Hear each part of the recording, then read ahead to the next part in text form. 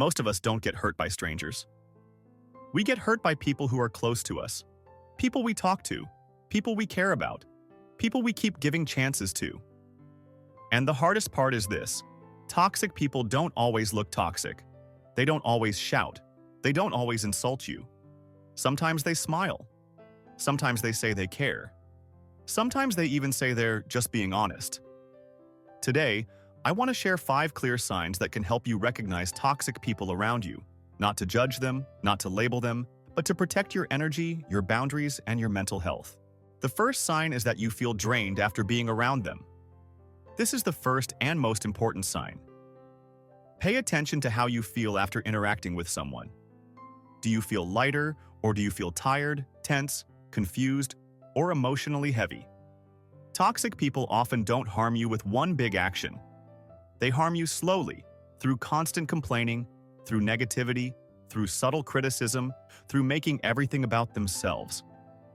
You might notice that after talking to them, your mood drops, your body feels tense, and your mind starts overthinking. That's not a coincidence. Your nervous system is reacting before your mind does. Your body often recognizes toxicity before you do. Another sign is that your boundaries are ignored or challenged. Healthy people respect boundaries, even if they don't fully understand them. Toxic people do something different. They push, they test, they question your limits. You say no, and they make you feel guilty. You ask for space, and they take it personally. You set a boundary, and suddenly you're cold, selfish, or too sensitive. Over time, you might start explaining yourself too much, apologizing for your needs, and doubting whether your boundaries are reasonable. That's a red flag. Boundaries are not walls. They are instructions for how to treat you. Someone who constantly crosses them is telling you something very clearly. The next sign is that everything somehow becomes your fault. With toxic people, responsibility is always flexible, and somehow it always lands on you. If there's a conflict, you're the problem. If they hurt you, you're overreacting. If you speak up, you're too emotional. They rarely take real responsibility. Instead, they shift blame subtly.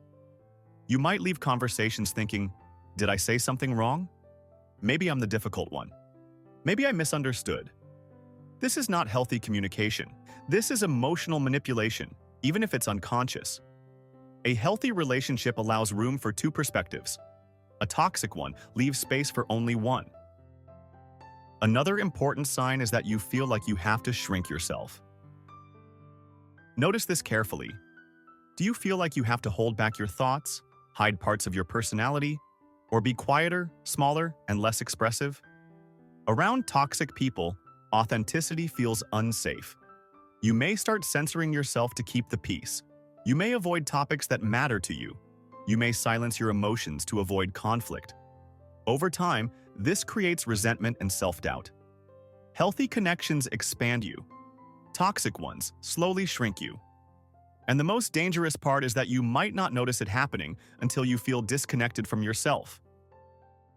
And the last sign is that there is no emotional safety. This is the deepest sign. With emotionally safe people, you can be imperfect, be honest, and be vulnerable.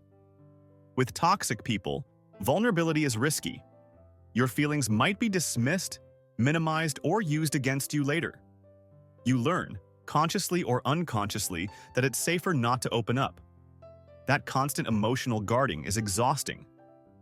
Relationships are not supposed to feel like survival mode. If you're always bracing yourself, that's not connection, that's self-protection. Recognizing toxic people doesn't mean cutting everyone off. It doesn't mean labeling people as bad. It means becoming honest with yourself about how certain relationships affect you. Awareness comes first. Boundaries come next. Distance, emotional or physical, comes only if needed. And remember this: not everyone who triggers you is toxic. But people who repeatedly drain you, disrespect you, and make you doubt yourself deserve less access to your inner world. Protecting your peace is not selfish. It's necessary.